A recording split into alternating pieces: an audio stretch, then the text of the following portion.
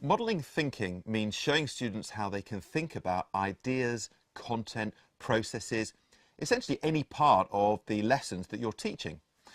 We model thinking in lots of different ways. For example, we might do it visually or we might do it verbally, although the latter is more common. So a visual example of modelling thinking could be a flowchart. For example, a primary school teacher might provide students with a flowchart taking them through 5 steps about how to think about writing a story. Another example might be in a history lesson when the teacher narrates their own thinking about how to analyse sources.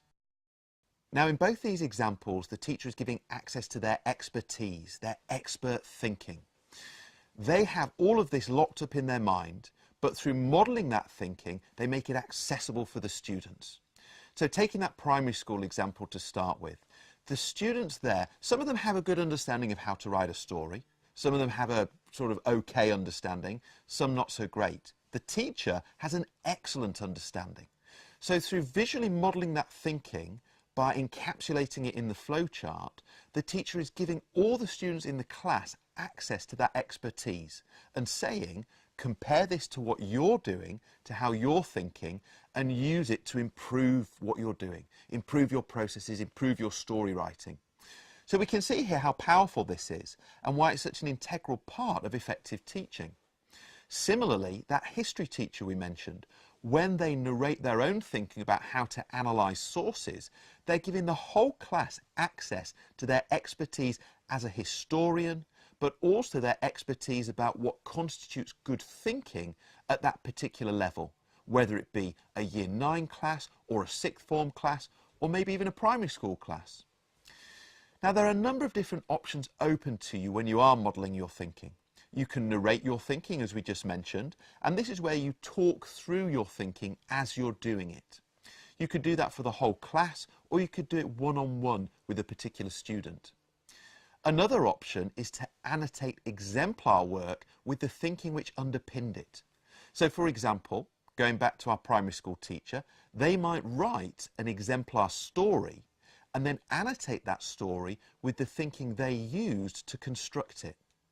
They would then give that to the students and talk them through it, so the students could access both the example of what a good story looks like, but also the thinking which allowed that story to be created. So we see how there's this sort of 2-step process going on here. We're both thinking about what the result is, the product, but we're also focusing on how we get to that product. So overall then, modelling thinking allows students to gain access to your expertise. You can therefore ask yourself the question, how often am I allowing students to gain that access? Now, it might be that you're doing that regularly, every lesson, and if so, that's fantastic. But you might also notice that you're not doing it as much as you could. And if that is the case, take that simple step of saying, okay, in that next lesson, I'm going to open up thinking on 1, 2, maybe 3 occasions. I'm going to narrate my thinking. I'm going to maybe annotate some work that I do on the board and demonstrate to the whole class.